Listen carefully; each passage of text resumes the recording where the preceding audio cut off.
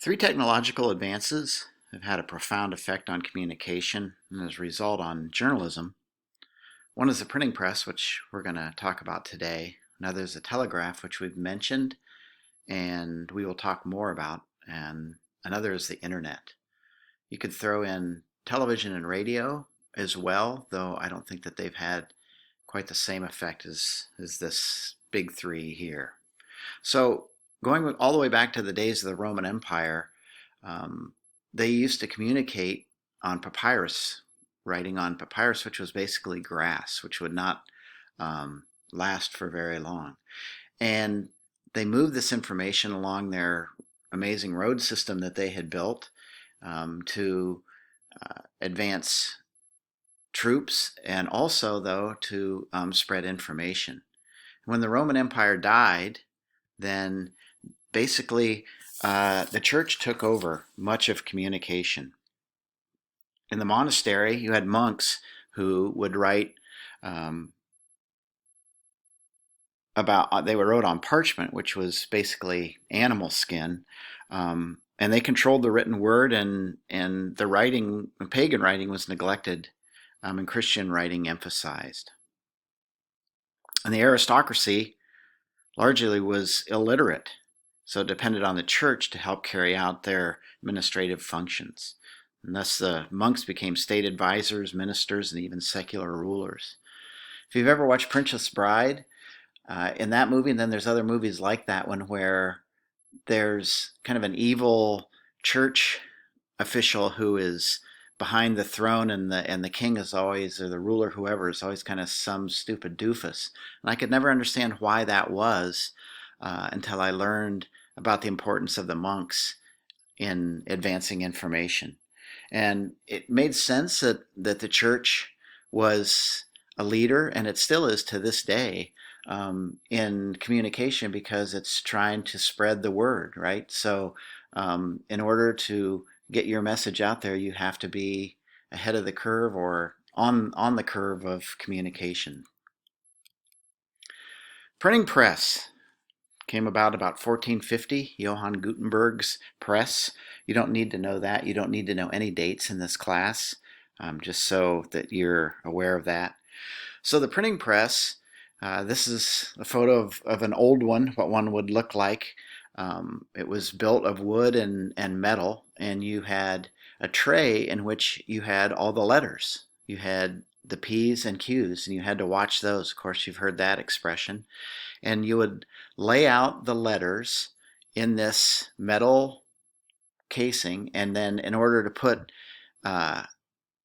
some leading in between each of the sentences, you did actually use a piece of lead, and we, to this day, we talk about leading. So you're on the computer and you're laying out a page of some kind, and you want a certain amount of leading in between the lines, and that's where that comes from. So you would arrange the letters and the leading, and then you would take a leather ball, dip it in ink, and you would then wipe that across or daub that across the letters, and then you would screw down this big plate, and you would have a piece of paper with written words on it. And the early paper was basically made of rags in the old days, but paper was much better than animal skin or papyrus. It lasted much longer for sure. So this had a profound effect in many, many ways. It began the era of cross-referencing between books, theories, and opinions. So it really, to a large degree, created public opinion.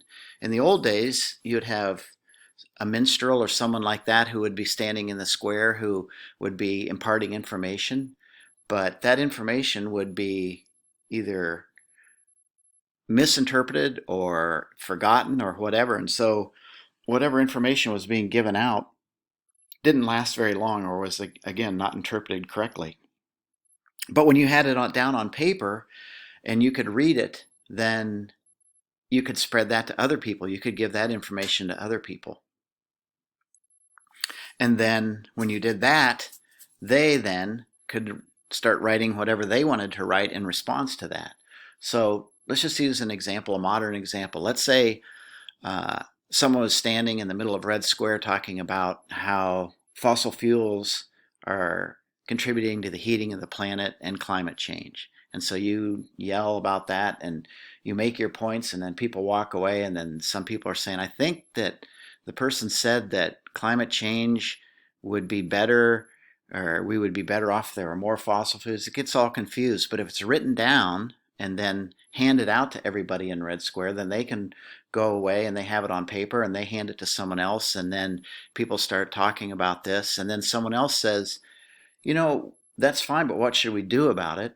And so another person says, well, I have an idea. I think what we should do is have carpooling. And so they write an essay about that, and then they spread that around, and someone else says carpooling's great, but what we also need are bike lanes. And then pretty soon, the word has spread, and we have public opinion that maybe fossil fuels are not such a great thing and something needs to be done about that. So that's the kind of thing that the printing press was able to create public opinion, which we're going to talk a lot about public opinion throughout the quarter. Great example of public opinion was Martin Luther's 95 Theses that he tacked on a door in Wittenberg in 1517, which was less than 100 years after the invention of movable type and the printing press. And he basically was protesting against the Catholic Church. And from that, we got the Protestant churches, the protest churches. That was how powerful public opinion was way back, even in those early days. The printing press also led to widespread errors. So we understand that, especially journalists who write something down and it gets published and there's a mistake. One of the early and most famous errors was the Wicked Bible of 1631. A printer dropped the "not" from the seventh commandment. So this Bible said, "Thou shalt commit adultery." So now you have you have errors, and then you have people who notice the errors, and so they start editing the copy that comes out. And so now we have readers catching mistakes, and as early as the 16th century, the 1500s, publishers and editors solicited criticism, promising to mention the names of the readers who spotted the errors. And this encouraged readers to begin their own research projects, which led to a knowledge explosion, an explosion of knowledge. This in turn resulted in more interchange of ideas, and on and on. Easier preservation.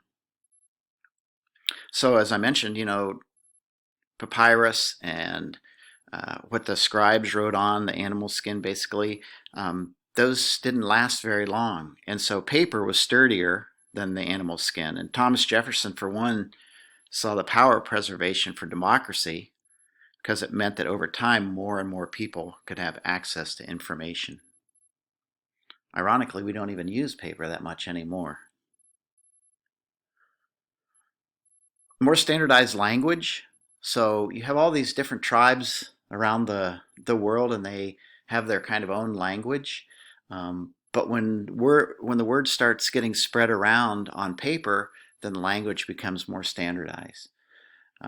The other day I heard someone say that for New Year's they were going to post up at home, and I thought that's kind of clever because I always thought post up was a basketball term where you turn your back to the basket and you hope to get the ball. And then a couple days later, I read someone about post up. Someone was going to post up somewhere, and then I heard it again. And so that's the kind of thing we can, that because we have all the information technology that we have, a term like that can spread all around. And finally, it created the concepts of plagiarism and copyright because, back in the old days, the minstrels who stood on the street corner in the square and were talking, they couldn't be accused of making any ethical breaches or held responsible for errors because, as I said, people kind of forgot about that kind of thing. But if an author saw his or her work repeated, they understandably became upset and demanded recourse. So that created the idea of plagiarism, which is the stealing of information, and which none of you will ever do in your college career for sure. And then it also created copyright. So you can now copyright your information, the information that you have spread to other people. So an example of that is the course reserves we have. I can only put one chapter of a book at a time on course reserve. I can't put the entire book because of copyright laws. It won't allow me to do that. So as you can see, all of this had a profound effect on the communication that we have to this day, and we owe that to Johann Gutenberg in the printing press.